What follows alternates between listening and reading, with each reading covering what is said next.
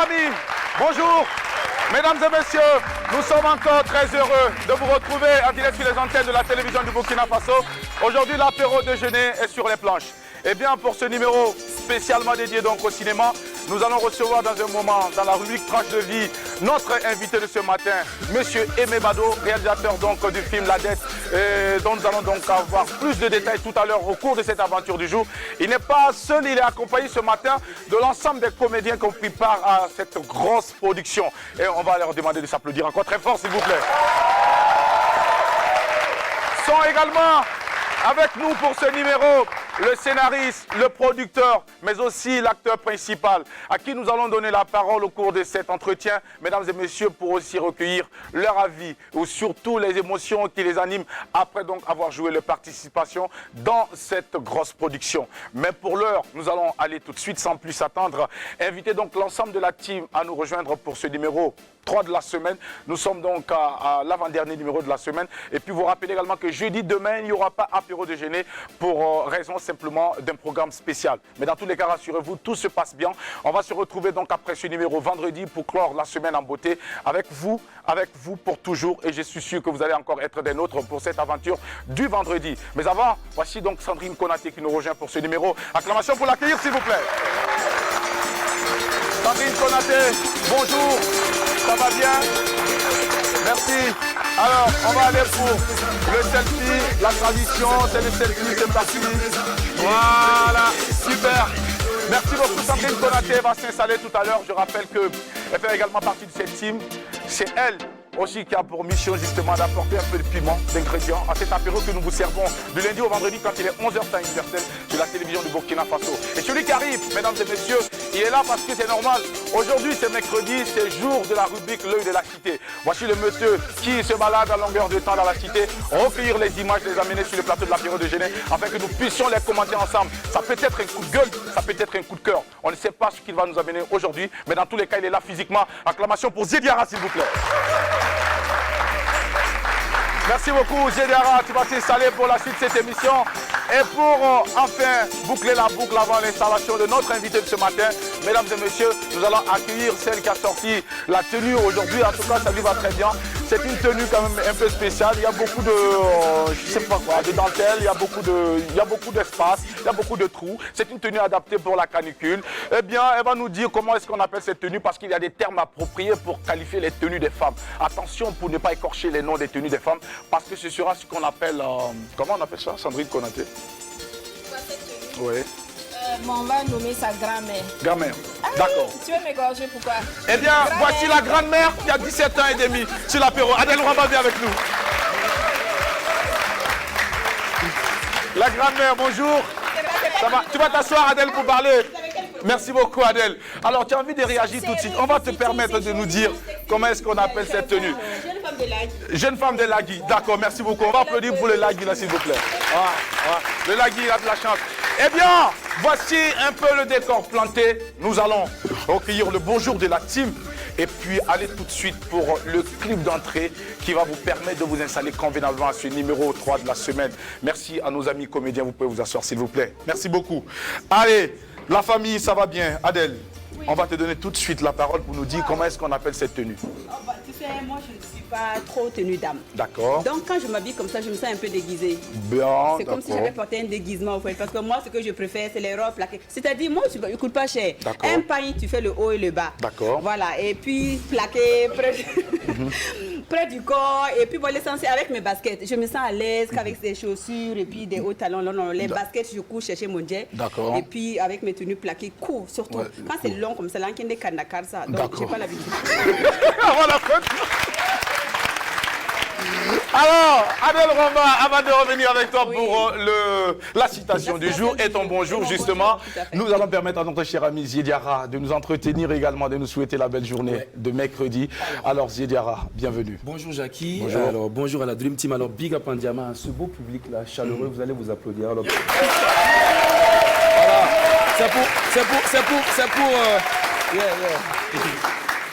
C'est pour faire monter du moins l'adrénaline. Alors, 4 bises, une devise, vise celui qui te vise, c'est le vise. L'analyse respecte, l'allure suspecte, ça tient la route dans le projet. Big up en diamant. L'apéro, les amis, l'apéro, c'est le number uno des émissions de divertissement, de culture et d'information avec le Big Jackie, le vrai, le root, le number uno du microphone. Représente, a.k.a. pour la Dream Team. Tu testes, tu dettes, pas petit kiff, 58, il est resté hyper connecté. Yes,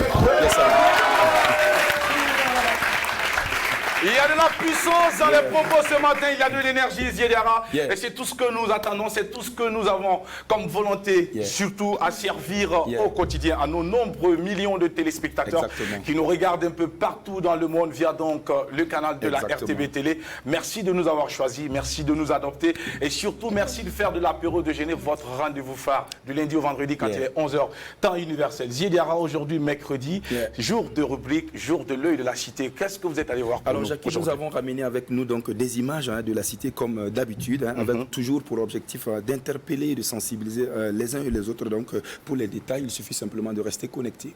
Pour les détails, nous allons rester connectés parce qu'avec vous, nous allons donc avoir droit à ces images pour illustrer tout ce qui sera dit au cours donc de le moment indiqué pour cette rubrique. Ziedara, bonne journée surtout et merci encore pour l'inspiration et surtout pour la puissance ce matin.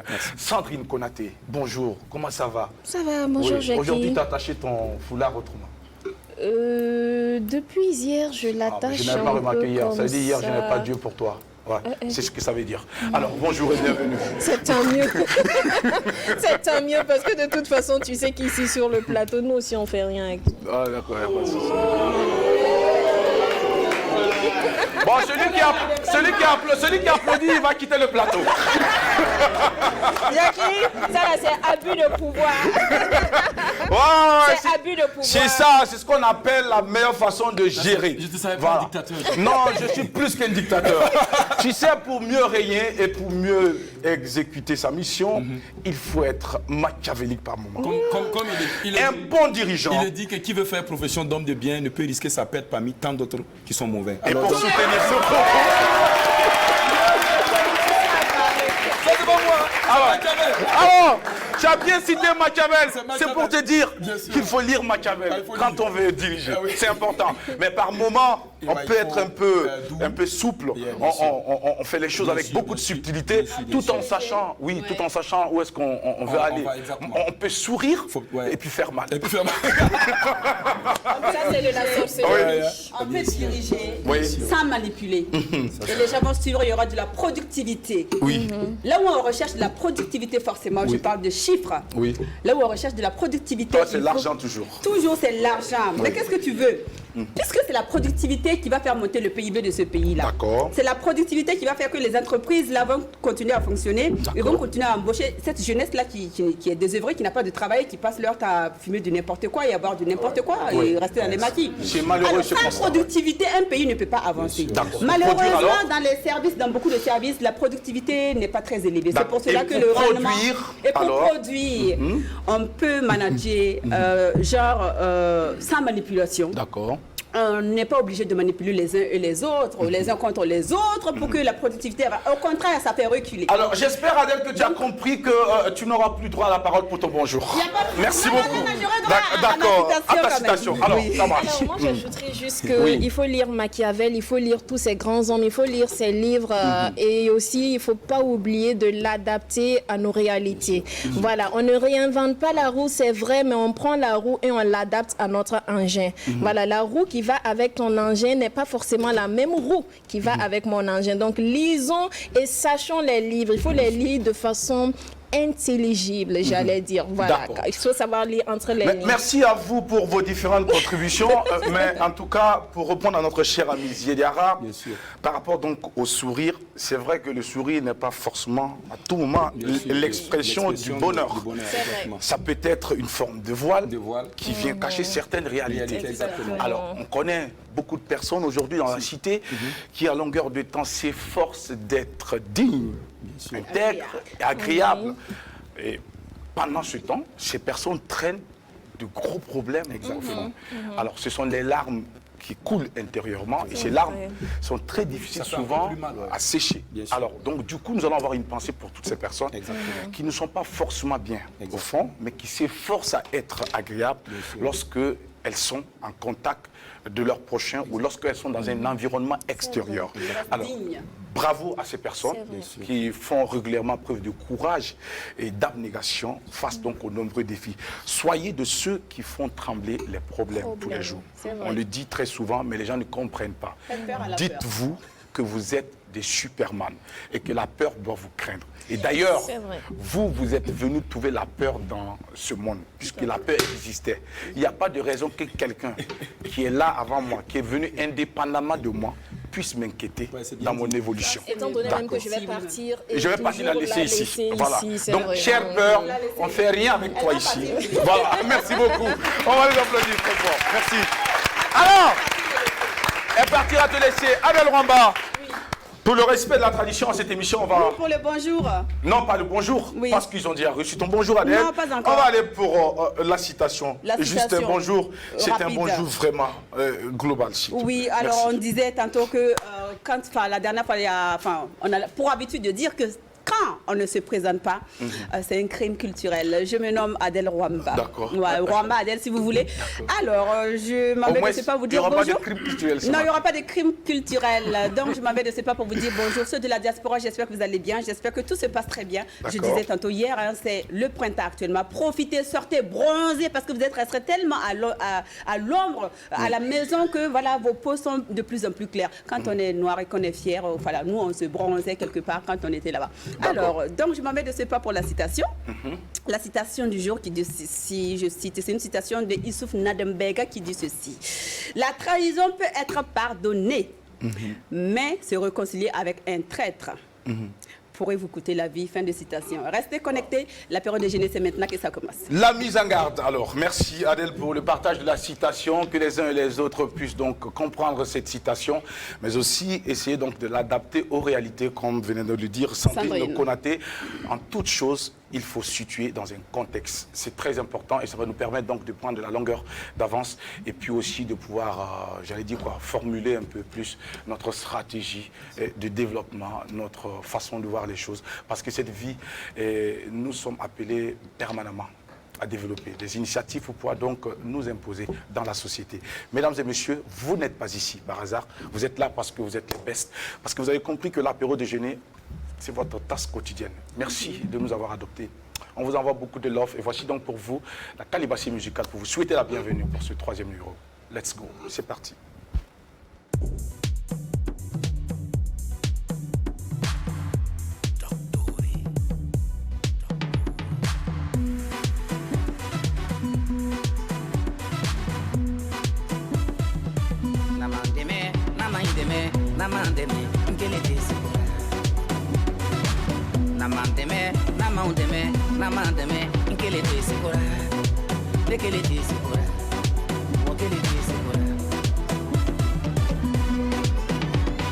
Adamade kana yada yada mona fi kana yada yada Adamade kana yada yada mona fi kana yada yada ibi vila ba me jo kana yada ibi etazeli jo kana yada Mombri baba bi fe kana yada Musonyama bi fe bi kana yada Adamade ikana yada ayada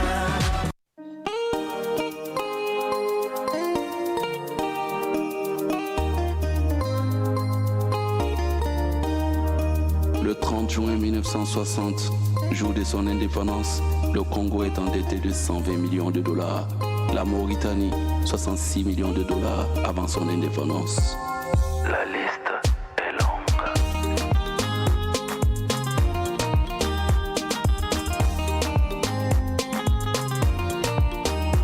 Supprimez la dette, supprimez la dette, supprimez la dette, supprimez la dette. La flotte coloniale en mission spéciale. Au nom d'une main-d'œuvre, ce fut 400 ans de manœuvre. L'église a fait le taf pour le second staff. C'est lui de la poudre à canon pour ne plus que le noir dise non. Non, après le fouet, on parle blanc, prie blanc, mange blanc, s'habille blanc, marche blanc sur une terre de noir. Ja, ce n'était pas cadeau, les temps coloniaux, la facture c'est costaud, on dit qu'on est endetté. Comme ce n'est pas nous qui l'avons contracté, je dis c'est tout va pas payer. Indépendant tcha tcha tcha, chantaient les politiciens Koucha. Ils chantaient quand ils prenaient Crédja. Moi je n'étais pas encore ici bas. Je n'étais pas ici bas. Après les tables rondes, vous avez encaissé les crédits. Le peuple vit dans la tombe et vous achetez des apparts à Paris. Vous avez pris des dettes et promis de construire des hôpitaux.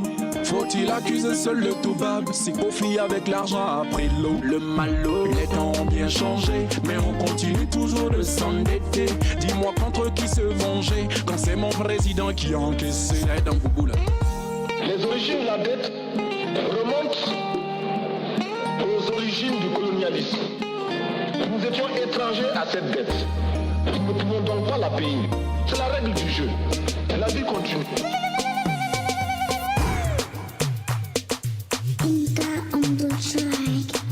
Octogone de l'hexagone, sur le trône de nos icônes. Samori a vu venir, mais sous terre ils l'ont fait taire. Péonzin s'est opposé, mais à la mort ils l'ont apposé.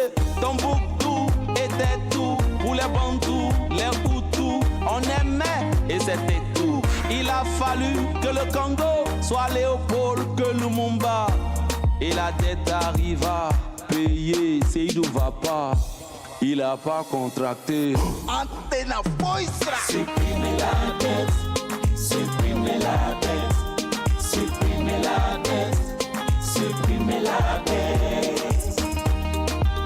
Smart City de Balboro, Ouamien, Ouachichi. En 2020, la dette de l'Afrique est estimée à 50 milliards de dollars. Vivement l'annulation pure et simple. Si nous payons, c'est nous qui allons mourir.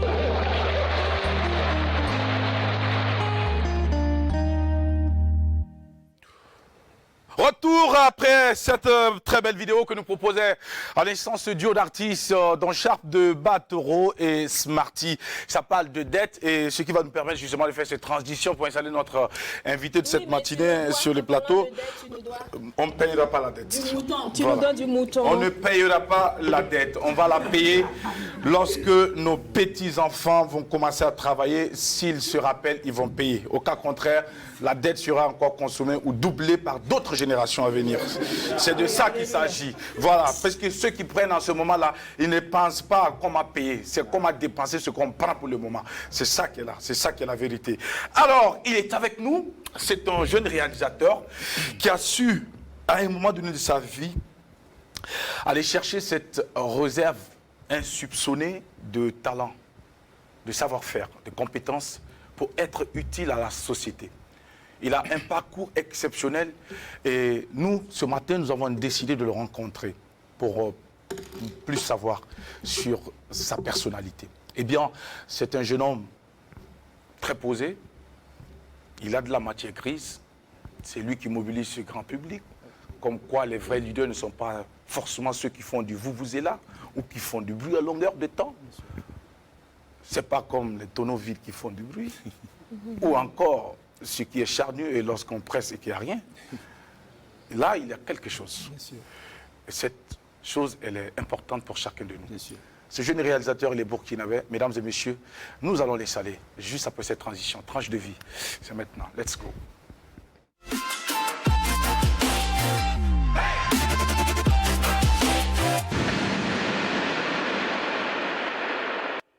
Aimé Bado, c'est son nom, mesdames et messieurs, réalisateur du film La Dette, mesdames et messieurs. Il est ce matin accompagné de ce magnifique public composé essentiellement donc de comédiens.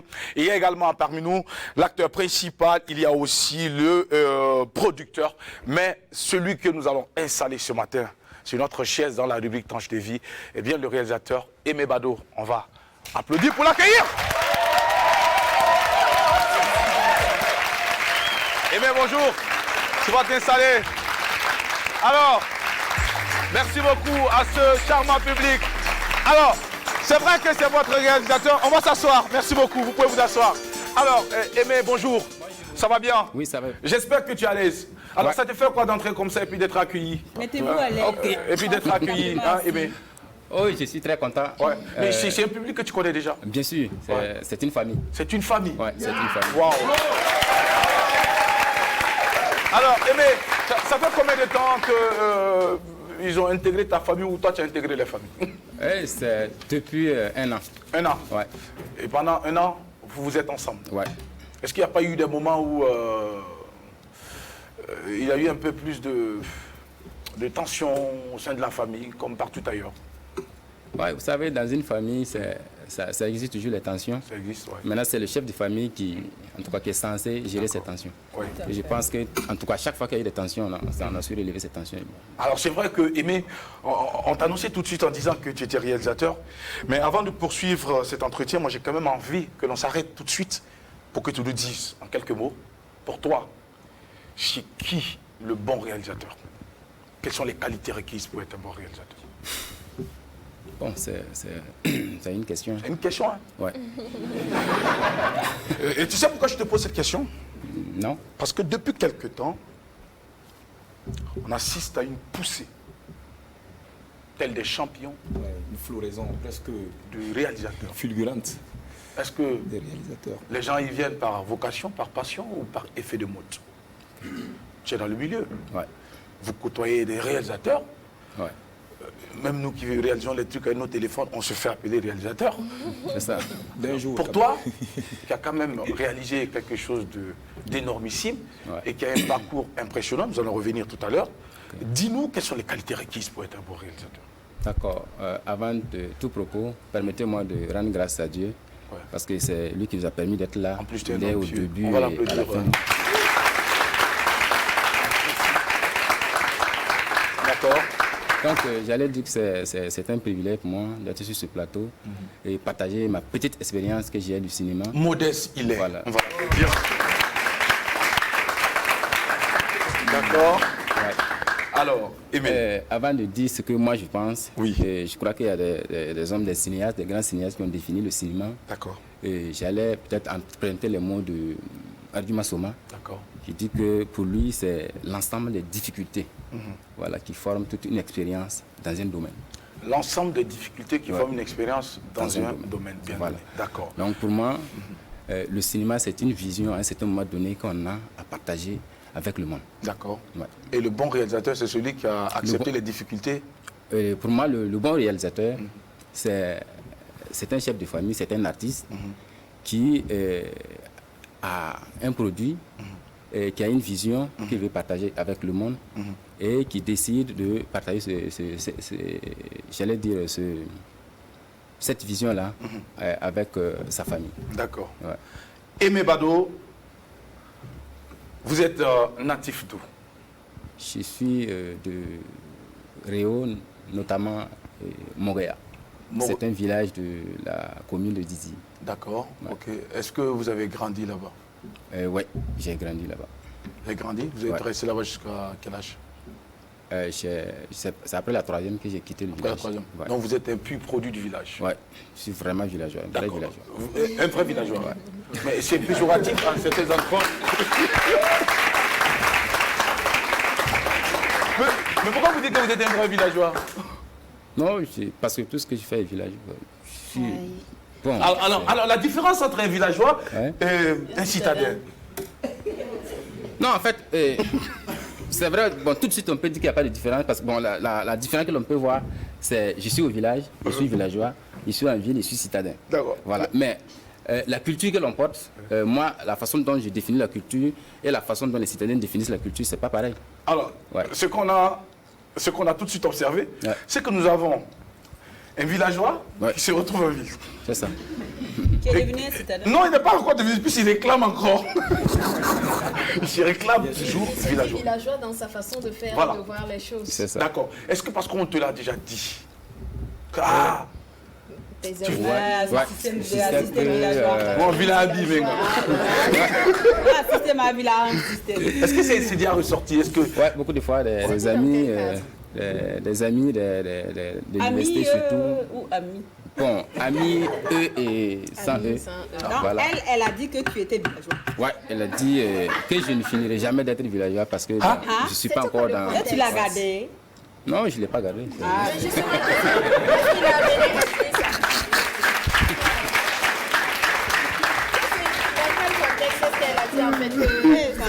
Bon, elle m'appelle chaque fois Joe. Joe Andula, bon, c'est fétiche en fait. Joe? Ouais, Joe. Ah, Ouais, aussi bien. ouais, fétiche. Et Joe. Voilà. Donc vous voyez, c'est un fétiche. Non, c'est ce que ça veut dire. Oui, un fétiche. Bon, Andula. Voilà, Andula. Mais dans le jargon, dans le mouvement, on dit Joe. En fait, non, elle dit Joe. En fait, c'est ça, c'est son accent. Ça, c'est son accent, en fait. Ok. Mais Sandrine, il a demandé la définition, elle a dit que ça veut dire fétiche. Pourquoi tu elle m'appelle fétiche. Non, c'est juste pour ça. Oui. À chaque fois que, par exemple, il y a une vision à donner sur une situation donnée, je suis carrément différent des autres. Quoi. D'accord. Ouais. Alors, cette différence notoire, qui a même été aperçue ou perçue par celle qui était censée partager la vie avec vous, vous la détenez de qui? Est-ce que ce sont les parents qui vous ont inculqué ces valeurs entre griffes de villageois, ou c'est vous-même qui, plus tard, vous avez décidé d'approfondir cela? C'est mon grand-père qui m'a... Ah, le grand-père. Ouais. Vous avez été plus aux côtés du grand-père. Ouais. D'accord. Parlez-nous un peu de votre enfance, Monsieur Bado. Bon, mon enfant, il faut dire que je suis troisième fils d'une famille de 11 enfants. Fratrie de 11 enfants. Ouais. Monogamie ou polygamie de famille? Monogamie. Ah, il a travaillé là. On va applaudir pour moi. C'est exactement le nombre qu'il faut pour constituer une équipe de football. Bon, chez moi, il manque les remplaçants. Il manque les remplaçants. Non, je suis chargé de faire les remplaçants, donc pas de souci. Je ferai les remplaçants. Toi, tu feras les remplaçants. Il a pas vu. Ah oui. Ouais, ce n'est pas comme les femmes d'aujourd'hui, elles sont fanées là. Avant même de faire un enfant, il y en a qui sont c'est dommage. Si, c'est vrai, malheureusement. Attendez. Vous parlez de quoi, la Sandrine? C'est souvent dû au mode de vie. Aujourd'hui, les filles. On va donner la parole, s'il te plaît, Adèle. Merci. C'est dû au mode de vie souvent. Souvent, quand on regarde, moi j'ai une petite sœur, j'ai 12 ans de plus qu'elle. Vous l'avez déjà vu, je ne vais pas situer le contexte. Et voilà, quand on se retrouve de l'autre côté. Et dans les causeries, je dis, je n'en reviens pas. Je dis, celle-là, elle est déjà devenue une femme. Je dis, ma petite sœur est déjà devenue une femme. Et vous m'avez retorqué. Je dis, comment vous avez demandé comment ça ta petite sœur? Voilà. J'ai dit, non, ma petite sœur, j'ai dit, elle est ma petite sœur d'au moins 12 ans. Hein? Et vous avez dit, non, c'est pas possible. Aujourd'hui, les enfants grandissent vite. Effectivement, et j'ai 12 ans de plus qu'elle. Mais quand vous nous mettez côte à côte, d'après mes collègues, je fais plus jeune qu'elle.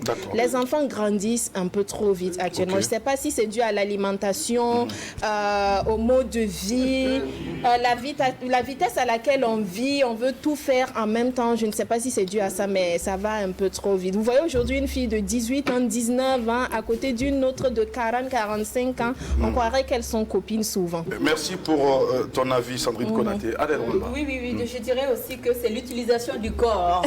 Alors, elles sont tellement pressées qu'elles sont précoces. Hein. Elles commencent les choses là rapidement, très précoces. À partir de 12 et 14, 15 ans, elles sont déjà comme des mamans. Elles connaissent tout, ce que nous, on ne connaissait pas à notre âge.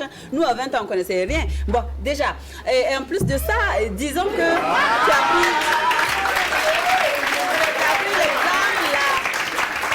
as pris l'exemple de ta cousine et toi.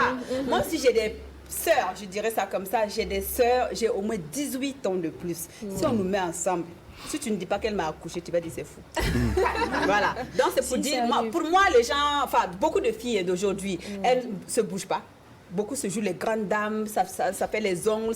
L'activité physique, il n'y en a pas. Elles ont des bonnes à gogo, elles ne foutent plus rien à la maison. Elles ne travaillent pas, elles ne cuisinent pas, elles ne font pas le lit, elles n'ont pas les enfants, elles n'amènent pas les enfants, elles ne bougent pas. Donc elles sont là, madame, c'est bureau, maison. Donc du coup, elles vieillissent par rapport à nous autres qui sommes très actives. Et quand on me regarde, on ne me donnerait pas mon âge, 17 ans. 17 ans. Réaction, M. Bado. Est-ce que vous partagez l'avis de ces deux dames? Bon, j'avoue que ce que j'ai un avis. Ah, mais bien sûr. Ouais, ok, lesquels? Moi, je pense que bon, il y a l'alimentation qui compte beaucoup. D'accord. Voilà. Un facteur qui est non négligeable. D'accord. Elle ne bouge pas. Parce que quand on voit ce que nous mangeons aujourd'hui, dû à la civilité ou à la modernisation de tout ce qui nous entoure, il va de soi que tout y va avec. D'accord. Voilà. Est-ce que vous pensez qu'on est toujours esclave? Bon, vous savez, l'esclavage, moi, être esclave, c'est dans la tête. Hein. D'accord. Voilà. Et quand on est esclave, on n'a pas droit à la parole. D'accord. Voilà. Un esclave, c'est tu as un maître. Et quand tu es esclave, bon, tu n'as droit à rien. Et nous, aujourd'hui, dire que nous sommes esclaves, moi, en tout cas, sincèrement, je ne suis pas esclave. Parce que je ne sais pas de quoi je suis esclave.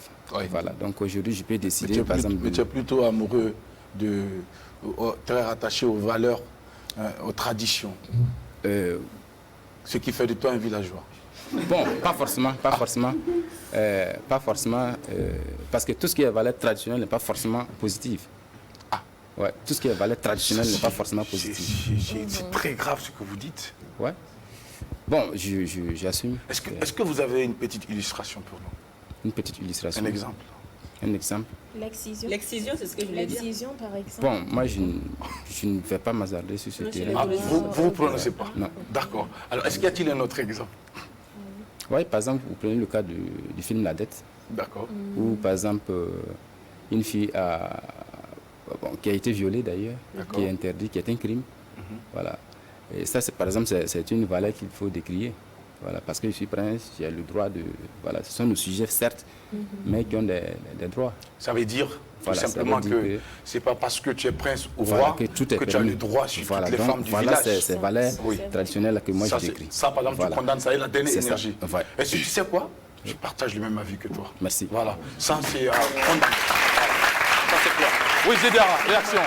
Oui. Réagir à chose sur ce que vraiment notre invité vient de dire. Et souvent, c'est dû au contexte. On dit que chaque science ou chaque chose évolue à l'âge de son instrument de musique. Vous parlez du prince qui abuse de son sujet et tout. À l'époque, c'était genre la monarchie absolue, il n'y avait pas.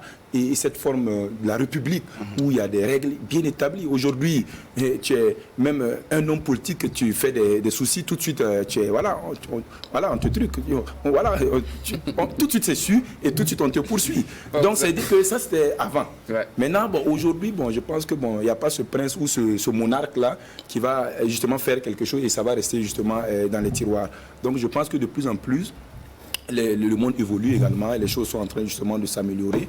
Donc voilà un peu ce que moi j'avais justement à dire sur ça, Jackie. Merci Zédara pour votre avis également. Alors, Monsieur Bado, vous grandissez donc au sein d'une fratrie de 11 enfants. Vous êtes le 3e. Je suis jumeau d'ailleurs. Jumeau. Ma mère a fait 4 fois les jumeaux. 4 fois les jumeaux. Bravo, maman. Et votre frère jumeau, lui, lui, il est en Côte d'Ivoire. Il est en Côte d'Ivoire. Qu'est-ce qu'il fait en Côte d'Ivoire? Il est planteur. Il est planteur. Ouais. Il y a des bananes là-bas. Cacao. Ouais, cacao. Alors ça veut dire qu'il a l'argent. 33 hectares. 33 ça veut dire qu'il y a un peu quand même. Ouais, en tout cas. Il m'a même dit de ne pas travailler. Donc, ah, il t'a dit de ne pas travailler? Ouais, il m'a dit, l'année passée, il est venu. Ouais, l'année passée, il est venu, il a regardé mon bulletin du salaire. Il dit, bon, tu sais, moi, je peux te payer mieux que ça. On va applaudir pour ce planteur. Bon, sinon, il y a... On va aller visiter son champ. Sandrine, on n'a pas entendu ce que tu as dit. Je dis d'ici la fin de l'émission, vous partagez son numéro avec les téléspectateurs. On va prendre des conseils, comment travailler la terre. Alors, après avoir donné son numéro en direct, Monsieur Bado, laissez-moi vous dire qu'à la prochaine émission, on va nous annoncer officiellement que votre frère jumeau a foutu le camp de la Côte d'Ivoire et qu'il se cherche. Voilà. Donc, faut pas oser.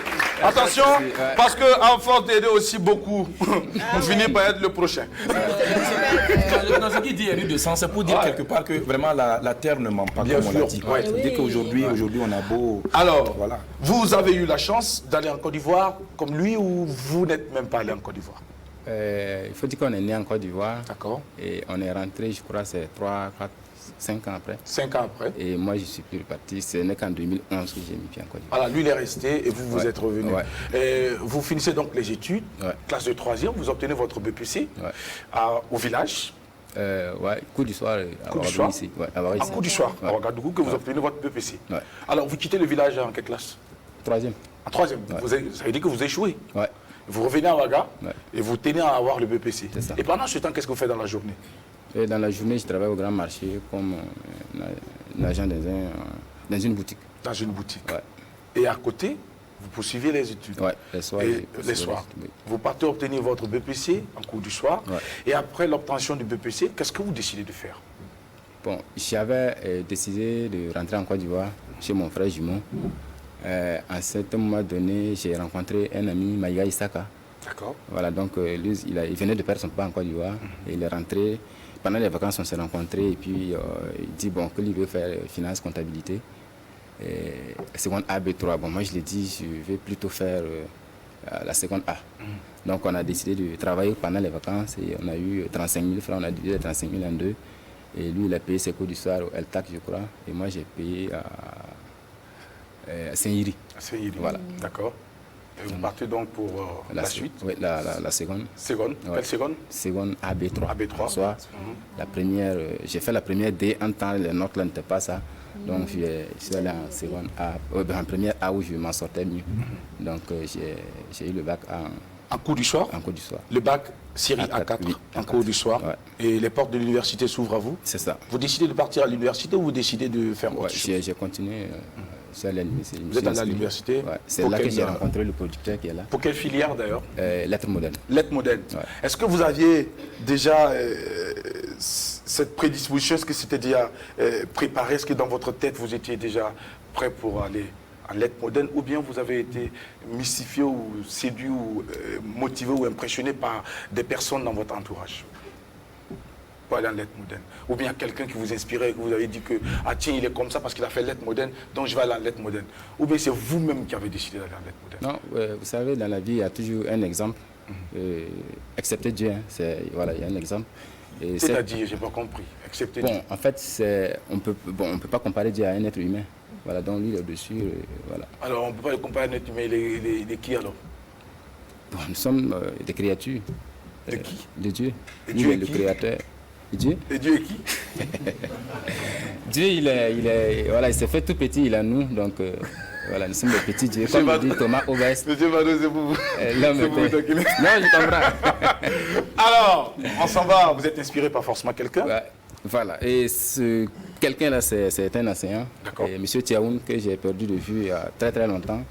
En tout cas, je profite aussi de votre micro pour lui dire merci. S'il a l'écoute, s'il est en train de me suivre présentement, qu'il sache que Aimé qu'il a pris à vélo, en fait, j'ai fait 4 ans, je ne suis pas allé à l'école. 4 ans, après le CP, je suis resté au village 4 ans. Je ne suis pas allé à l'école et en temps, il traversait le village. Il est passé en famille et il a demandé à mes parents si je suis là. On dit non, je suis allé en Brousse. Je dis non, mais ce petit-là, il ne peut pas rester au village parce qu'il était très brillant. Il était un de ses meilleurs élèves à l'école. Il ne peut pas rester comme ça. Donc c'est comme ça, il est resté. Il a dormi. Pour vous attendre? Oui, pour m'attendre. Donc on a échangé. Et le lendemain, il a décidé de m'amener. C'était, je me rappelle bien, le 9 septembre. 9 septembre 99, je crois. Voilà, donc le lendemain, il a pris mon vélo, il a cherché un caoutchouc, il a attaché, et puis il m'a tiré jusqu'à Didi. Donc nous sommes, mon village à 33 km de Didi. Et quand on est arrivé, juste au niveau de la colline de Didi, il m'a dit, bon, débrouille-toi, tu sais lire, tu sais écrire, le CG est à ta gauche, tu vas te renseigner pour que tu puisses repartir à l'école. Donc c'est comme ça, j'ai été au CG me renseigner. On m'a dit, bon, c'est vrai, mais il faut faire un test encore, comme tu as fait 4 ans. Donc j'ai dit, il n'y a pas de souci, je suis reparti au village. Et prendre mes cahiers, j'ai commencé à lire encore. Donc je suis allé faire le test et on voulait 15 personnes. Je pense que j'étais deuxième ou premier. Bravo. Ouais. Déjà, très intelligent à l'âge jeune.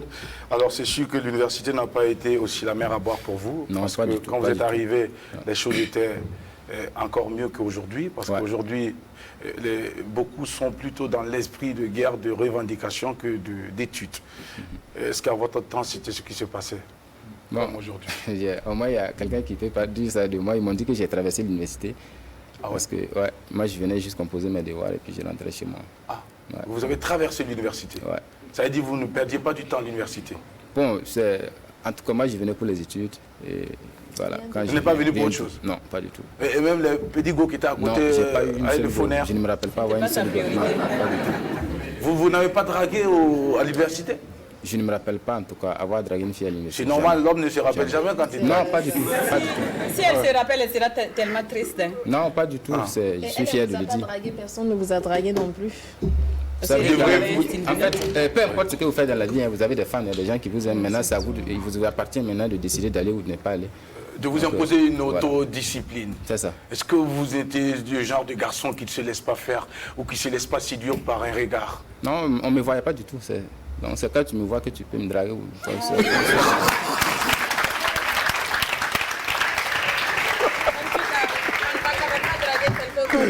Mais peut-être vous croyez qu'on ne vous voyait pas. Mais peut-être qu'on vous voyait. On vous a vu sans que vous ne sachiez en fait qu'on vous voyait. Si. On peut penser ça, qu'on ne nous voit pas, pourtant on est vu. Oui, c'est possible. Si les Sandrine là, ça ne loue pas les beaux gosses. Quand ça passe, ça passe. Alors, monsieur Bado, c'est sûr qu'à l'époque, vous deviez être un garçon très mignon. Il l'est toujours, hein, il l'est toujours.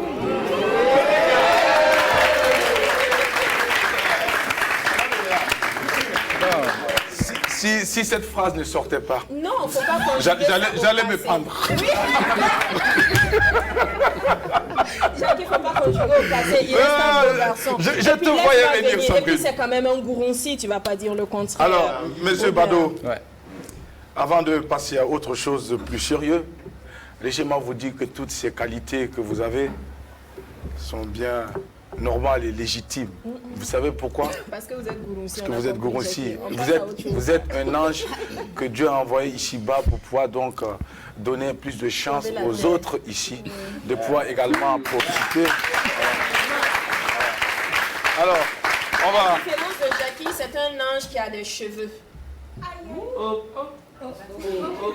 Je n'ai rien dit. Tu vois, Jackie, à cause de toi.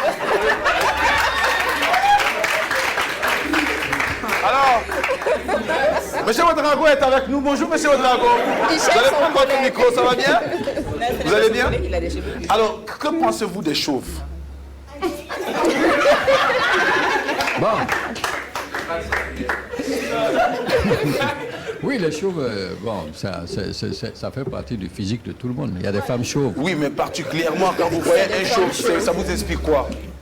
Bon, quand on était enfant, on disait que quand tu vois un chauve, c'est qu'il a l'argent. Mais en réalité, bon, on a grandi et puis on a remarqué que c'est pas tous les chauves.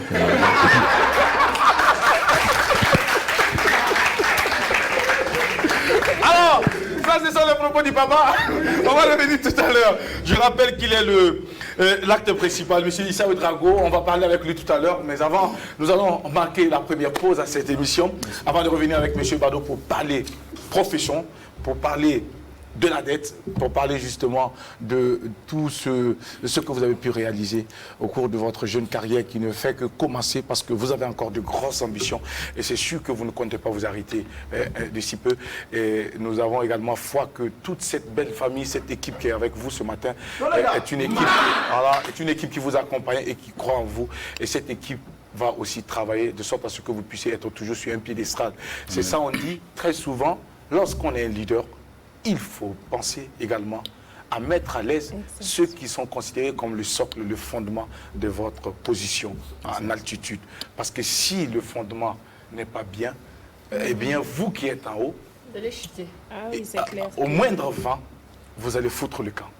C'est ça qui est dangereux. Donc, il est important de travailler à ce que ceux qui sont à la base soient avec vous, à ce que ceux qui sont à la base donc, vous portent dans leur cœur, prient régulièrement pour vous et surtout se mettent au travail pour pouvoir vous accompagner.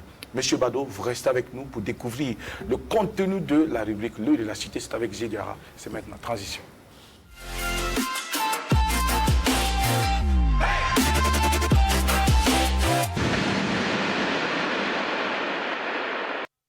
Ziediara, Yes. mercredi aujourd'hui, L'heure nous de la sommes cité. donc au deuxième rendez-vous de l'heure Bien de la sûr, cité. bien sûr.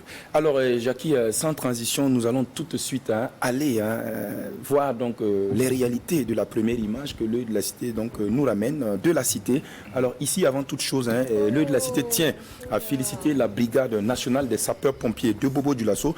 C'est une image justement qui crée de l'émotion. Je vois déjà sur le plateau Sandrine qui en tout cas, se lâche pas. Donc, vous voyez déjà, c'est un bébé qui a été donc sauvé donc par donc la brigade nationale des sapeurs-pompiers de Bobo-Dioulasso, un bébé qui a été abandonné dans les latrines donc de l'arrondissement numéro 7 de la ville de Bobo, plus précisément au secteur 29 dans la zone nouvellement lotie. C'est une image justement qui a fait le tour de la toile. Les gens ont été vraiment choqués. Il faut également préciser que c'est avec promptitude et des techniques adaptées que nos amis pompiers justement ont réussi à sauver donc ce bébé, Jackie, de sexe féminin, c'est une fille. Et ici, la cité voudrait rappeler aux uns aux autres que la sacralité donc de la vie humaine nous exige un certain nombre de comportements à adopter. Alors de ce fait, dans ce même champ lexical, de la cité demande aux gens, quand vous n'êtes pas prêt et d'avoir un enfant, eh bien, il ne faut pas justement faire. Donc, je pense que ici, l'enfant n'a pas demandé à venir. Et donc, vous l'exposez comme ça, je pense que c'est pas bien. C'est une fille. Peut-être que demain, elle serait ministre ou je ne sais pas encore moi, un haut cadre, une haut cadre donc de l'administration. Donc, je pense que déjà, c'est pas bien de faire ça, car la vie humaine donc est sacré. Alors, Jackie, dans ce même temps, nous allons donc poursuivre donc en partant donc à la deuxième image. Ici, notre ami conducteur de tricycle a croisé sur son chemin son camarade policier. Il pensait justement se dérober très facilement, mais à malin, comme on le dit, malin et demi, la police était à côté, il n'y a pas de négociation. Voilà. Et la police était à côté, il n'y a pas de négociations qui tiennent. Donc je pense que ici déjà c'est chapeau, parce qu'à chaque fois on dit effectivement que vous laissez les conducteurs de tricycle surchargés passer, et vous laissez les gens faire ce qu'ils veulent. La police a intercepté donc, notre cher ami. Il a pris forcément un 6 mètres croyant qu'il allait Voilà, pouvoir... c'est un 6 mètres. Quand vous voyez, c'est un 6 mètres. Donc, malin et demi. Donc je pense que c'est une image quand même ici qui doit nous interpeller vraiment. Il faut vraiment que nos chers amis donc conducteurs de tricycle, je pense que c'est un cousin de Drabo, il viendra nous dire ce qu'il en est. Il faut éviter ça, c'est pas du tout bien, car vous exposez votre vie, mais également vous exposez donc la vie des autres. Bravo donc à ce policier là qui vraiment l'a intercepté. Je crois qu'ici là il n'y a pas de raquettage. Ici là il va simplement et purement aller en fourrière, Jackie. Donc voilà un peu l'essentiel du message que de la cité justement avait apporté donc à nos fans de l'apéro. Merci beaucoup Ziediara, nous allons l'applaudir s'il vous plaît, merci. Pour ces images que vous ramenez sur notre plateau, avec ces commentaires qui viennent encore donner plus de sens ou plus de vie à ces images, c'est vrai qu'on dit que très souvent une image vaut bien mieux que 1000 mots. Mais là, il était important également de pouvoir donc rajouter, renchérir sur cette image et puis dire les choses avec la dernière énergie. Je parle de la première image. Cet acte qui est ignoble, posé par une jeune dame forcément, bien sûr, une jeune dame, aller avoir le courage d'aller jeter ce bébé dans les toilettes, c'est un acte criminel. Alors, Monsieur Bado, je pense que si je dois me prononcer sur ce truc, mon patron risque de me taper parce que... mais on se lâche, Jackie, parce que je pense qu'il ne faut pas aussi... Mes mots seront très violents, ça peut donc je servir de préfère leçon. m'abstenir. Dans tous les cas, je trouverai la plateforme sur laquelle il faut réagir. Alors, Monsieur Bado, réaction. Bon. Vous savez, la vie humaine est sacrée. Voilà, c'est... Il n'y a rien qu'on ne puisse pas éviter. Quand on est responsable, et à chaque fois que l'on pose un acte, il faut assumer. Parce que ça fait partie des malédictions de la vie. Voilà, c'est écrit dans la Bible, c'est écrit dans le Coran, c'est une malédiction. Et vous savez, très souvent, ce sont ces mêmes-là qui reviennent quelques années après. Ouais. Oh, tu sais, je suis ta mère. À l'époque, je ne pouvais rien. Tu peux me pardonner, commence à verser des larmes. Est-ce que dans une telle situation, on est à mesure de pardonner sa mère, Monsieur Bado, selon vous? Bon, la vie est terrible, mais je pense que le pardon est au-dessus de toute chose. Le pardon est au-dessus de toute chose. Alors, ça dépend de qui on est. D'accord. Voilà. Moi, en tout cas, si c'est moi, j'ai découvert ma vie. Elle a décidé de me tuer, elle n'a pas pu. Voilà. Donc moi, je lui pardonne. C'est pas pour moi, mais pour elle. Voilà. Parce que c'est nous tous, le souffle que nous avons, personne ne peut payer un souffle. D'accord. Voilà. Donc c'est Dieu qui donne le souffle. Alors, M. Ouedraogo, on a notre papa ici. Vous avez une réaction par rapport à ce qui vient de se passer? Oui, moi je vais réagir un peu par rapport à l'image qu'on a vue du bébé. Parce que on accuse, tous ensemble ici, on a accusé celle qui a jeté le bébé. Mais allons derrière. Celui qui l'a mis en grossesse, qu'est-ce qu'il a dit? Dans sa famille, qu'est-ce qui s'est passé? Oui, je pense qu'il y a un préalable qu'il faut régler. Parce qu'il y a des familles où quand tu tombes enceinte comme ça, on te bannit de la famille. Ouais. Moi, j'ai une seule question pour vous. Oui. Je vais me rapprocher. Celui qui l'a enceinté n'a pas reconnu. Oui. Il a fui ses responsabilités. Les parents de cette dernière, peut-être, l'ont rejeté. Je parle de la maman. Oui. L'ont rejeté. Les parents de celui qui l'a enceinté, peut-être aussi, ont refusé d'accepter cette dame dans leur famille. D'accord. Mais la personne qui est concernée, c'est celle qui portait cet enfant. Qui l'a porté pendant 9 mois. Oui. Qui allait même accepter, prendre le risque de mourir. Parce qu'en accouchant, on peut mourir. Oui. Peut-être que c'est pas l'accouchement même, peut-être qu'elle l'a fait seule. C'est ce qu'il dit. On peut mourir. Ouais. Elle prend ce risque. L'enfant sort. Elle voit l'enfant qui pousse d'ailleurs son premier cri. Elle a même le courage de couper le cordon ombilical. Oui. Et de prendre cet enfant, aller dans les toilettes, aller le déposer. Ça veut dire qu'en déposant l'enfant dans les toilettes, son objectif peut-être c'était de s'attendre à ce que quelqu'un soit par hasard dans les barrages et de pouvoir récupérer cet enfant. Mais est-ce qu'elle a pensé également que cet enfant pouvait se retourner et se retrouver dans le trou des toilettes? Oui. Non. Donc, moi, je vais vous demander une chose. Oui. Pour toutes ces raisons, à la lumière de ce qui précède mes propos, est-ce que vous pensez que cet acte peut être justifié? Oui, c'est ce que je dis. Cet acte, on ne peut pas, quelles que soient les raisons, cet acte ne peut pas être justifié. Mais il faut qu'ensemble, nous essayons de voir pourquoi cela se passe et trouver la solution. Quand on prend par exemple au niveau étatique ici, on prend seulement dans les établissements. Quand une fille tombe en grossesse, on la renvoie de l'établissement parce qu'elle est tombée en grossesse. On ne cherche même pas, peut-être celui qui l'a mis en grossesse même est dans l'établissement, on le laisse comme ça. Il y a tout ça qui fait que aujourd'hui, par exemple, il y a des choses même que les gens ne veulent plus. Sûrement, peut-être si on approche cette fille-là, les explications qu'elle va donner, elle ne peut pas justifier l'acte. Mais quand même, on va se dire, mais est-ce qu'il ne faut pas aller au-delà de ça pour trouver les solutions? D'accord. Merci pour votre contribution pour fermer ce sujet, Adèle. Oui, alors justement, moi j'avais justement à la fin de l'élément demandé la parole parce que c'est pas pour juger la fille au fait. Alors nous ne sommes pas dans son état d'esprit, nous n'étions pas dans sa tête au moment où elle a agi. C'est-à-dire il y a de ces situations qui vous arrivent, c'est comme les gens qui tuent les gens. Genre lors d'une bagarre, l'autre prend son couteau poignarde et après il regrette toute sa vie. C'est-à-dire cette dame ou cette jeune fille, j'ose croire, peut-être nous n'avons pas vécu ce qu'elle a vécu. Et le stress, elle était dans quelle situation, elle était dans quelle période, elle était dans quel moment, on ne sait pas. Est-ce qu'elle était encore lucide au moment où elle faisait ça? Psychologiquement, elle était comment? Nous, on ne sait pas. On ne peut pas la juger. Dieu a voulu que ce bébé vive. On rend grâce à Dieu parce que la vie, elle est divine, enfin, elle est extraordinaire et le pardon est divin, tout simplement. Nous n'avons aucun jugement à porter sur cette fille par rapport à son acte. Nous ne sommes que des humains. Nous aussi, nous commettons des erreurs. Merci beaucoup à chacun pour les interventions. Merci. Alors, M. Bado, on parle à présent de votre profession.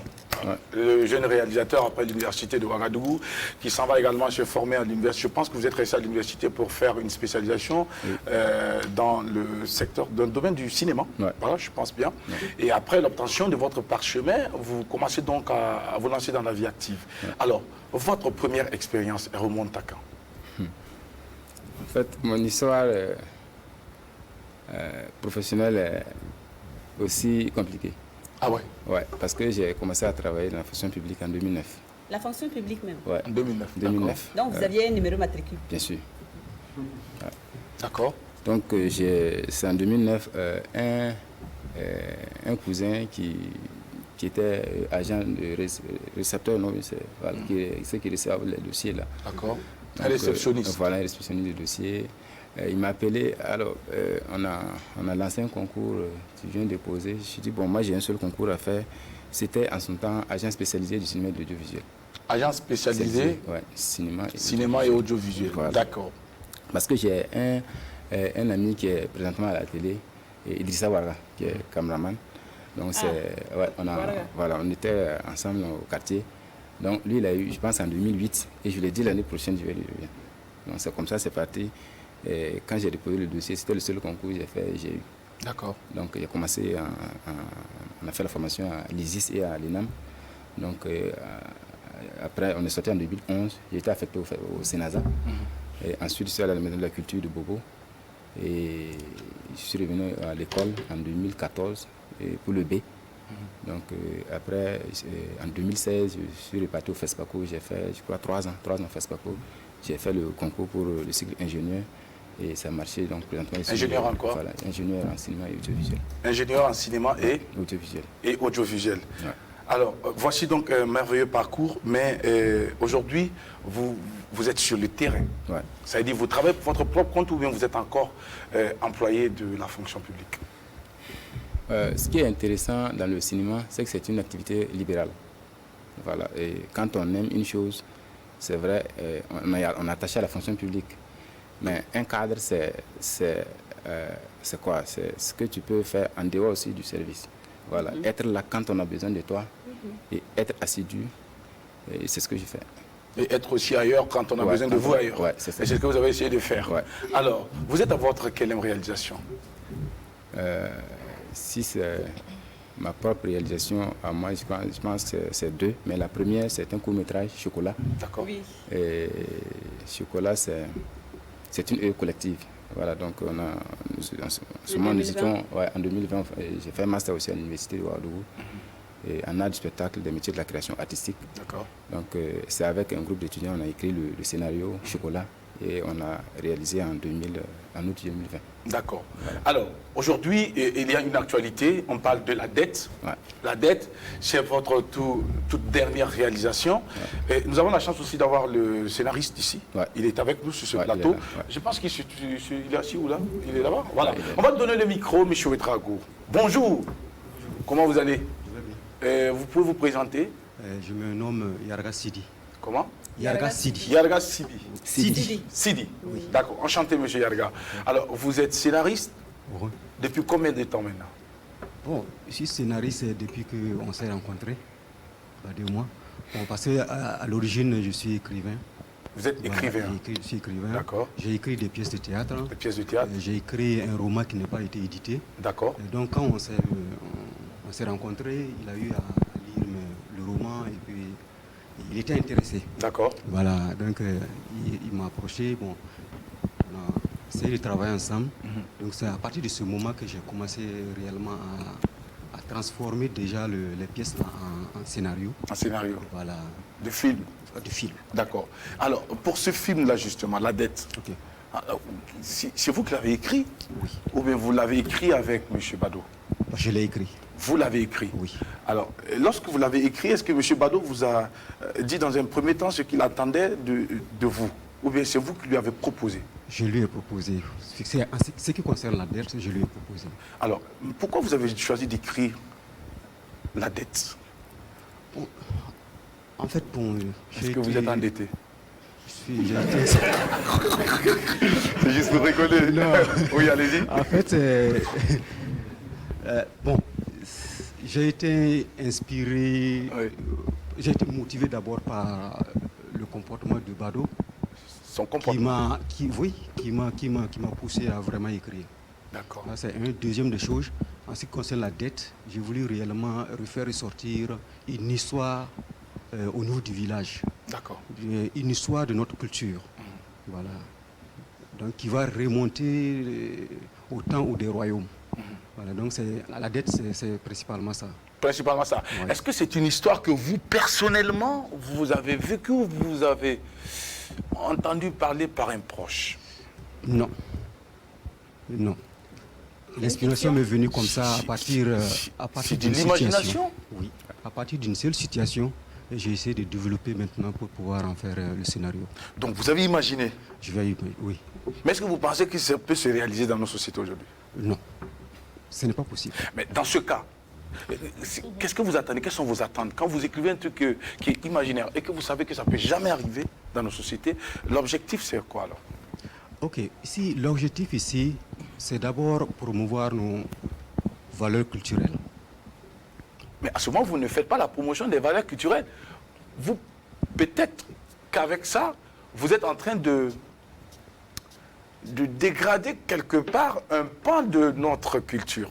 Okay. Si vous ramenez cela à notre culture. Okay. Parce que ce qui est dit, après les propos de M. Bado, vous parlez d'une histoire d'un prince qui abuse d'une jeune fille. Et que vous nous dites que c'est imaginaire. Ça veut dire que pour vous, ça ne peut même pas arriver. Mais encore à la fois, vous dites que vous faites la promotion de notre culture. La promotion dans quel sens? Je peux m'expliquer? Allez-y, justement. Parce que là, vous voyez l'histoire. Vous avez parlé aujourd'hui, le monsieur a parlé que non, que ça ne peut pas arriver de nos jours parce que bon, ça ne peut pas rester. C'est une société qui est régie par des lois. Maintenant, ce qu'il faut voir dans ça, c'est que avant, quand ça arrivait, mais ce n'est pas, on ne règle pas ça autrement. Ça veut dire que la personne meurt. Quand tu ne respectes pas la tradition, tu meurs. Ah, ok. Et le décès du prince, c'est dû à ça. Ok. C'est dû au fait que non seulement il a abusé de la jeune fille, et de deux, il a été arrogant envers la jeune fille. La sanction divine. En fait, lorsqu'on voit la scène du mort, on se demande, mais quelqu'un qui a l'habitude d'aller à cheval, et qui tombe à cheval et qui meurt, mais on se dit, on ne comprend pas, ça ne peut pas arriver. Mais c'est pour vous dire seulement que c'est comme ça. Dès lors que tu commets une erreur au niveau de la tradition, ça ne pardonne pas. Tu meurs. D'accord. Ok. Oui, Adèle, tu veux réagir? Oui, si je comprends bien ce que M. Sidi veut dire, c'est au fait, il s'est inspiré de la tradition, ce qui se passait avant, et faire une fiction, rajouter des histoires pour maintenant expliquer aux gens. Mais sinon, il n'a pas créé au fait la situation, puisque c'est des situations qui existaient déjà, si je ne me trompe pas, M. Drago. Et à l'époque, c'était justement comme ça. Bah, tu as refusé, je ne sais même pas comment dire ça en français même. On va te maudire et ça va te suivre. D'accord. Ok, on a compris. On va applaudir pour le scénariste, s'il vous plaît. Alors, c'est pas facile d'écrire, hein? Alors, M. Bado, justement, M. Sidi, c'est ça? C'est bien Sidi? Sidi, voilà. Yarga. Il vous propose le scénario. Vous le récupérez, vous partez le lire, et vous vous dites, tiens, ça peut le faire. Est-ce que tout de suite, vous avez pensé trouver le personnage qui devait bien incarner le prince dans le film? Bon, avant de répondre à cette question, il faut dire que quand on s'est croisé à l'UNEP, puisqu'il fait un master en art de la scène. D'accord. Et moi, j'ai fait un management culturel. Donc, on avait des cours en tronc commun. Donc, c'est là on a commencé à échanger, tout ça. Et il m'a donné un roman que j'ai lu. Et je n'ai rien dit. Donc, 1 mois, 2 mois, 3 mois, 4 mois, 5 mois, je n'ai rien dit. Ensuite, il m'a ramené ça, j'ai lu. Ça fait au moins 4-5 mois, je n'ai rien dit. Et on échangeait un jour, je lui ai dit, bon, je l'ai appelé autour de 0h, je pense. Voilà, je l'ai appelé, je dis, bon, tu sais ça, on va faire un film avec. Donc il dit, bon, lui, il ne sait pas écrire, de toute façon, il n'y a pas de souci. Moi, j'ai fait des cours en scénario, on va s'épauler, puis voilà. Donc c'est comme ça, il a commencé, et puis c'était vraiment formidable. D'accord. Ouais. Et l'acteur principal? Et l'acteur principal, elle se nomme Yenboa, c'est une fille. C'est une actrice? C'est une actrice. D'accord. Voilà. Donc, mais le prince, qui a joué le rôle du prince? Le prince, il est derrière là avec... voilà, c'est quoi qui vous amène à... C'est quoi? Qu'est-ce qu'il avait? Il présentait comme quoi, comme atout, comme qualité pour être le prince? Est-ce qu'il ressemble à quelqu'un, un violeur? Non, en fait, il est nul comme violeur parce que sur le plateau, on dit, bon, va violer la fille. Il dit, bon, Yenboa, c'est toi, bon, déshabille-toi. Est-ce qu'on peut violer une fille comme ça? Il est nul comme violeur, ce type-là. Il est nul comme violeur. J'étais obligé de crier sur lui. Je dis, mais attends, si tu ne violes pas la fille comme ça, c'est pas ça. Monsieur Bado, vous avez déjà vu. Vous en savez des choses à part. Non, en fait, les mots existent pour avoir un sens. Voilà, et quand tu rencontres un mot, il faut aller à l'étymologie du mot, c'est quoi? Et quelle action il faut poser pour avoir le mot? Donc, le mot violé, voilà, c'est brutalisé. Voilà, tu peux venir dire, bon, voilà, il y a une boîte, c'est toi, parce que je suis prince, déshabille-toi, voilà, pour te violer. Non, ça va jamais arriver. Sinon, ça ne s'appellerait pas viol. Ça s'appellerait de l'amour. Bon, autre chose en tout cas, mais je ne dirais pas ça. Un consentement. Voilà. Mutuel. D'accord. En fait, lui, mon chat s'est porté sur lui. Et jusqu'à la dernière minute, il y a 3 acteurs qui ne savaient pas quel rôle ils allaient vraiment jouer dans le film. D'accord. Voilà, il y a lui, il y a un certain Philemon, il y a un certain aussi Tissa, qui n'est pas là présentement, il est en deuil. En tout cas. Et puis, beaucoup de courage à lui. Ouais, et il y a un certain aussi conseiller. Donc il y avait des gens là qui ne savaient pas quel rôle ils allaient vraiment jouer dans le film. Mais moi, je savais. Et j'étais en train de les créer vraiment une tension. D'accord. Voilà, soit prendre position pour ou contre. Donc en fonction de ces positions-là, moi je t'attribue un rôle. Et c'est ce qui s'est passé. Et ça a marché. Alors, ça veut dire que votre métier vous amène aussi à avoir un peu souvent de recul pour étudier la psychologie même des acteurs avant de leur attribuer des rôles. Ouais, et même le casting. Oui. Quand on a fait le casting, il y avait au moins 300 et quelques comédiens. Et moi, j'étais photographe, je prenais les photos, personne ne savait que c'était mon film. Et je n'ai pas assisté au casting, donc moi je prenais des photos, j'écoutais ce que les gens disaient. En même temps aussi dans ma tête, je faisais ma sélection. Voilà, donc c'est comme ça. Et l'équipe de casting m'a envoyé des noms. Et moi aussi, j'ai pris les numéros en fonction de ce que je vois aussi. J'ai ajouté certains noms. Et c'est comme ça qu'on a constitué l'équipe. Fait le croisement, voilà, et puis pouvoir donc arrêter quelque chose. Ouais, et ça a donné ce que ça donne aujourd'hui. Et nous regardons un bout de ce film que nous apporte donc notre cher ami Bado, l'invité de ce jour. La dette. Allez, où? La dette, c'est l'histoire de Yemboa, une orpheline méprisée, maltraitée, mariée de force, qui est accusée d'avoir tué l'unique prince héritier du royaume. Elle doit être châtiée. Je décide qu'elle doit payer le prix du sang dans un délai de 2 semaines. Au cas où elle n'arrive pas à réunir la totalité de la somme, que Dieu ait pitié de ton âme. Je veillerai à ce qu'elle n'obtienne rien de personne dans ce royaume. À défaut de modifier la décision du roi, je veillerai à ce qu'elle ne vive pas au-delà des 2 semaines. Je veux que tu tues Yemboa. Va-t-elle avoir la somme prescrite? J'aimerais que tu t'enfuis avec moi. Pourra-t-elle échapper au danger de mort qui la guette? Va-t-elle fuir le royaume? Il faut que je le fasse. Quand il avait raison, c'est mon seul espoir. Ou se résoudre à subir la cruelle sentence d'être enterrée vivante.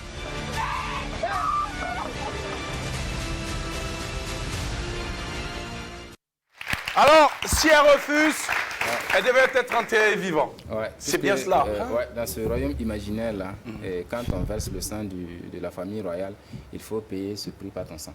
Donc on te condamne à payer un forfait, une somme, et dans un délai. Voilà, donc si le délai arrive que tu n'as pas pu réunir la somme demandée, et tu es enterré vivant. Est-ce que celle qui a joué le rôle de la femme qui devait être violée, elle est là? Et malheureusement, elle est hors du Burkina. Voilà, elle est hors du Burkina. D'accord. Ouais. Est-ce que après, quand vous avez fini tout cela, est-ce qu'il y a eu des retours de la part de ces différents acteurs, ces comédiens? Est-ce qu'il y en a qui vous ont dit, ah, monsieur Bado, ici, là, j'aurais pu faire ça, est-ce que prochainement, est-ce qu'on ne va pas faire ça? Ou bien ils ont dit, waouh, tout simplement. Et en fait, la chance que moi j'ai eue, au début de l'émission, j'ai dit c'est une famille.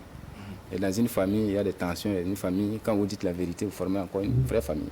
Et c'est cette chance-là que moi j'ai eue d'avoir des comédiens, des acteurs formidables, des tontons, en tout cas Ouedraogo, vraiment. À ce moment donné, je ne dirais pas que j'étais effacé sur le plateau en tant que réalisateur, mais chacun avait son mot à dire et tout le monde était intéressé. Vous voyez, il y a eu, je pense que nous étions au moins 101 acteurs sur le plateau, et un jeune plateau. Je vous avoue que c'était une expérience très formidable.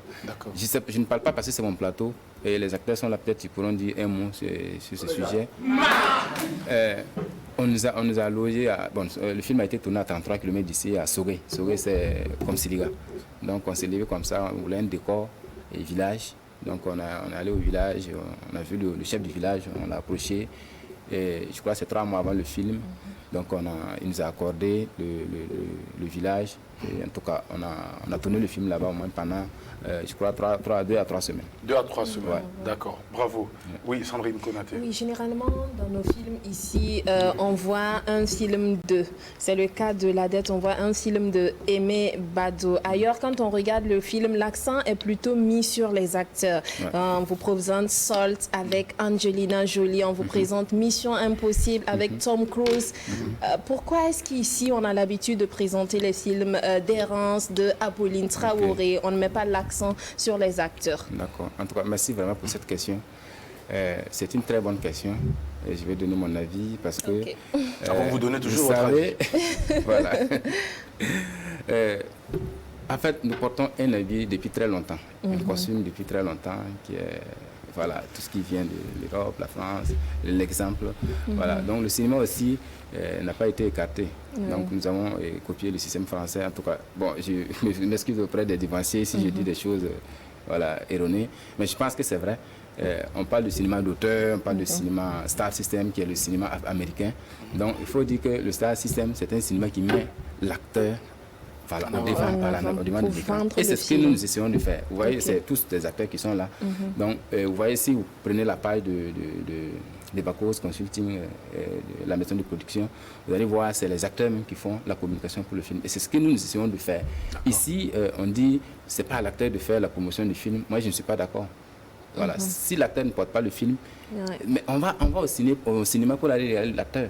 Le réalisateur est derrière. Il est même effacé par moment. Avec un film, un acteur peut aller très loin. Voilà, nous avons un exemple au Burkina, Isaka Sabadogo, voilà, qui n'est plus à présenter. C'est grâce à l'écran. Donc aujourd'hui, si on veut un acteur être un exemple, il faut accepter aussi payer le prix. Voilà, donc tout a un prix dans la vie. Et quand tu as l'occasion, il faut la saisir. Bravo, bravo, monsieur Badou. Oui, Adèle. Alors, vous avez parlé comment dirais-je, vous avez parlé du village, du chef du village pardon, que vous avez été rencontré quelques mois plus tôt. Mais vous avez oublié de parler du nerf de la guerre, les finances. Ça vient d'où? Bon, j'avoue que voilà pourquoi j'ai dit c'est une famille. Oui. Dans la famille qui a sorti quoi? Réunir 113 comédiens, ce n'est pas, en tout cas, je ne suis pas en train de parler. On sait qu'il faut de l'argent. Ils ont été payés. Même s'il faut payer 10 000 francs, voilà, c'est 10 000 façon 13. Et c'est pas petit, il faut manger au moins pendant 13, 14, 15 jours. Et c'est pas petit. Et se loger aussi. Et se loger aussi. Voilà, justement. Donc, ce que je peux dire, grosso modo, les finances, nous avons préparé le film. Bon, Yarga Sidi est là, Kombari Ismaël est là. Nous avons préparé le film sur fonds propres. On n'a pas reçu de l'argent de quelqu'un, on a commencé à se préparer. On avait même un petit soutien de quelqu'un et à 3 jours de début du tournage, la personne nous appelle, bon voilà, je vous avais promis de vous soutenir pour la restauration, mais je suis désolé. Ok, moi, qu'est-ce que j'ai fait? On a déjà fait le casting, j'ai réuni les comédiens, je dis, bon, nous allons tourner le film. Êtes-vous prêts à nous aider? On va arriver ensemble. Si vous voulez, on y va. Et les acteurs ont dit, on va avec vous. Voilà, donc, ça, on va les applaudir. Bravo, les gars. Bravo, les gars. Sans avoir de cachet. Non. C'est pas sans avoir de cachet. En fait, nous, on avait notre petite idée. Voilà. Maintenant, il fallait aller se nourrir sur le plateau et bien se nourrir. Voilà. Donc, ils sont là, ils peuvent peut-être témoigner. Je pense que ce qu'on avait prévu de donner à tout un chacun a été revu à la baisse. Mais je pense qu'au jour d'aujourd'hui, il n'y a pas un seul acteur à qui on doit de l'argent. D'accord. Donc, c'est une coproduction. Une coproduction. Puisque vous êtes plusieurs à mettre l'argent dedans. Plusieurs, c'est trop dit. C'est trop dit. Bon, ouais, un peu. Non, c'est pas plusieurs personnes. Il y a un producteur qui est avec nous ici. Alors, on va l'applaudir, s'il vous plaît. Le micro est là. Prenez le micro, ça va? Bon, chez nous aussi, ça va. Monsieur le producteur, dans notre milieu, quand on entend producteur, c'est celui qui sort les chéquiers. Un peu comme ça dans le cinéma, oui. Donc vous avez les gains. Je l'ai laissé. Alors, dites-nous, c'est quoi qui vous a motivé à mettre de l'argent dans ce film? Il faut dire d'abord que Aimé Bado présent, on est ensemble il y a très longtemps. On a commencé l'université ensemble en lettres modernes, comme il a dit. Et c'est de là qu'est née vraiment une ambition de fonder quelque chose ensemble. Donc l'idée c'était, on avait réfléchi sur plusieurs points. Lui étant dans la fonction publique, moi j'étais encore étudiant plein comme on le dit.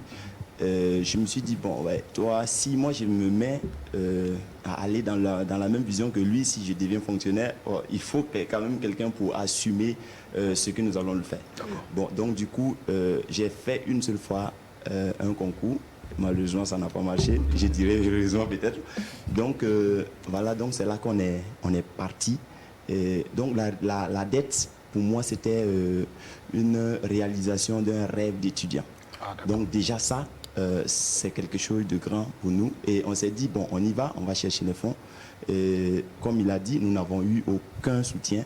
Nous sommes allés sous fonds propres pour la réalisation de la dette. Et chapeau à tous ces comédiens qui sont là parce qu'ils ont été des hommes de parole. Quand on leur a expliqué la situation qui prévalait, ils nous ont dit, on y va. Ouais, mais quand tu les regardes, tu sais que ce sont des hommes de parole. Regarde le monsieur, s'il vous plaît. Lui, est-ce qu'il peut te dire une parole et puis revenir? Non, c'est pas possible. Regarde cette dame avec ce sourire rassurant. Elle ne peut pas dire oui et puis faire demi-tour. On va les applaudir très fort, s'il vous plaît. Merci beaucoup. Eh bien, c'est pareil ici.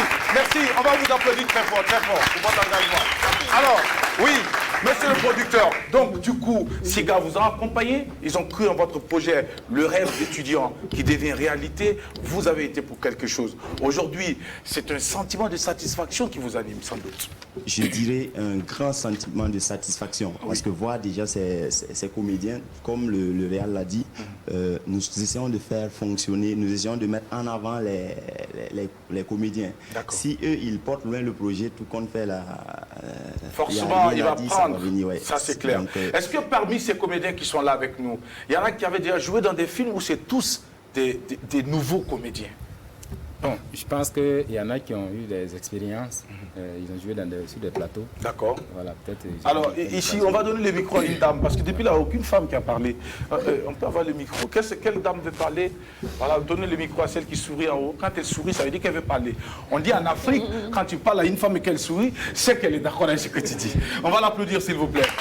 Bonjour, madame, ça va? Oui, ça va. On s'appelle comment? Je m'appelle Kouma Francine Marina. Fatima, vous avez joué quel rôle dans le film?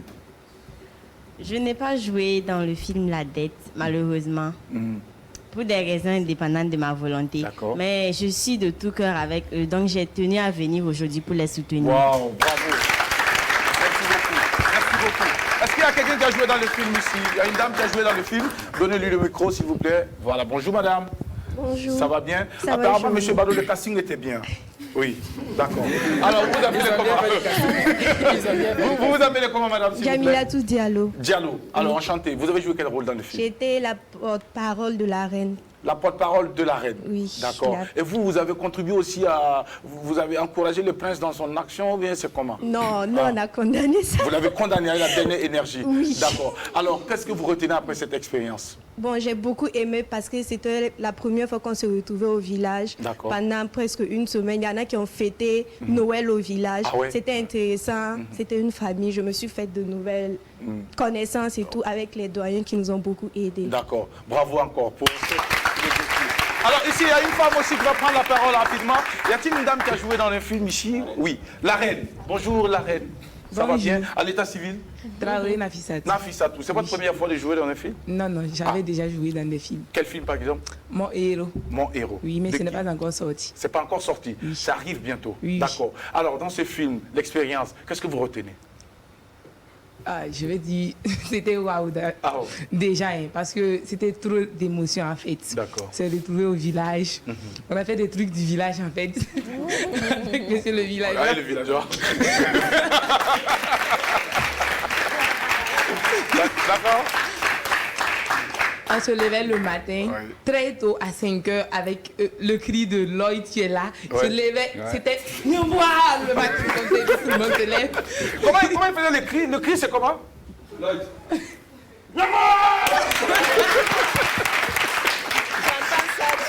D'accord. Alors, vous retenez une belle expérience? Très belle expérience, en fait. On dit celui qui a crié. Reprenez le cri, s'il vous plaît. Attendez, vous allez reprendre. Et puis vous allez reprendre ensemble, s'il vous plaît. Allez-y, 3, 2, 1, 0. Tous les gars!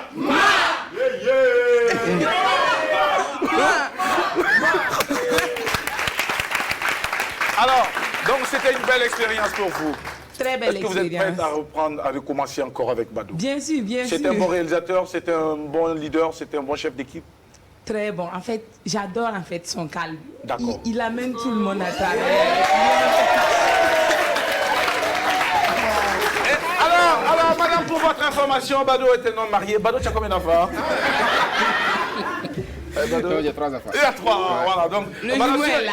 Le jumeau est là. Hein? Le jumeau est là. Le frère jumeau qui est planteur en Côte d'Ivoire. Il est là? Il est où? Les Ivoiriens là en Côte d'Ivoire. Non, lui ne peut plus venir. C'est fini ça. Bado, laisse ça. Alors, bravo. Et vous, vous avez été la reine. Est-ce que dans la vie réelle, vous vous sentez reine? Bien sûr, la reine de roi. Merci beaucoup. Allez, nous sommes déjà à la fin de cette émission. Alors, monsieur Issa Ouedraogo, vous allez prendre le micro pour juste 30 secondes. Alors, vous qui avez été aux côtés, puisqu'il a beaucoup parlé de vous, un doyen, qu'est-ce que vous pouvez nous dire par rapport à ce jeune homme qui fait la fierté du pays? Bon, Badou, on se connaît depuis longtemps. J'étais assis, il m'a appelé, doyen, je veux te voir, je suis arrivé. Bon, il dit, j'ai un rôle pour toi, mais ce rôle-là, c'est pour toi. J'ai dit, bon, Badou, bon, mon programme, il est dit, grand frère, c'est ton rôle. Viens, si tu ne viens pas, vraiment, ça va être... Donc, j'ai accepté de l'accompagner. Parce qu'il faut se dire, on parlait tout de suite de comédiens, de réalisateurs, il faut se dire que souvent, nous, on dit aux réalisateurs, le problème qu'il y a souvent au niveau des cachets, c'est quand tu me dis, viens m'aider, je vais te donner 10 francs. Quand je finis, donne-moi mes 10 francs. Oui, c'est clair. Un point, un trait, et puis on est quitte. Vous avez compris la chose, c'est bien. Quand c'est comme ça, il n'y a pas de problème. Oui. Mais après, je vais te donner 10 francs, et après, c'est 1 franc aujourd'hui, et ça finit par la bagarre. Et même, ils changent les habitudes, ils ne passent plus par la même route. Donc, vraiment, il est resté à l'écoute, on a beaucoup travaillé, on a fait des propositions. Avec tous ces jeunes-là, il fallait souvent aussi recentrer un peu. Oui. Mais vraiment, je suis content parce qu'il y avait beaucoup de grands frères. Il a été à notre écoute. Merci. Bado, c'est la fin de cette émission. Le message pour inviter nos amis à passer donc voir ce film, c'est où, quand et à quelle heure? En tout cas, je voudrais dire merci à l'ensemble des acteurs qui ont participé au film La Dette et à mon premier assistant réalisateur qui est là. D'accord, merci beaucoup. Voilà, merci à lui. On va les remercier de façon globale rapidement et donner le programme parce que là... D'accord, donc le programme c'est... le Ciné Burkina, le 24, lundi c'est la première. Donc, le 24 au 30, le film passe au séance de 18h30, 20h30 et puis 22h30. Ciné Burkina, du 24 au 30, le 24 c'est à partir du lundi. 18h30, 20h30, 22h30, jusqu'au 30 mai 2021. La Dette, et puis on va vous inviter à aller suivre ce film. Surtout que ici, Diarra, il aime beaucoup. J'ai dit tout à l'heure que j'allais aller regarder et Sandrine a fait comme toi, regarder le film. Mais franchement, ouais, c'est elle qui m'amène, mais franchement là, moi c'est volontaire. J'irai regarder parce que je découvre un homme très humble et vraiment c'est un leader. Honnêtement, je suis très bluffé. Je viendrai. Bravo. Alors Adèle, c'est la fin de cette émission. Oui, c'est vrai, c'est la fin de cette émission. Oui, moi je n'en attendais pas moins parce que quand on m'a brossé sur lui avant l'invitation, je me suis dit waouh, il faut absolument que ce monsieur soit connu. Surtout que c'est un Gourou-Si, oui. C'est vrai que j'adore le Gourou-Si parce que je suis une nièce de Gourou-Si, moi on va dire ça comme ça. Mais c'est vrai que oui, je me disais ce monsieur-là, il faut l'inviter pour essayer de comprendre plus et tout. Et vraiment, félicitations pour le film. Et à partir de 18h, là, je reste là-bas jusqu'à la fin. 22h30, tous les...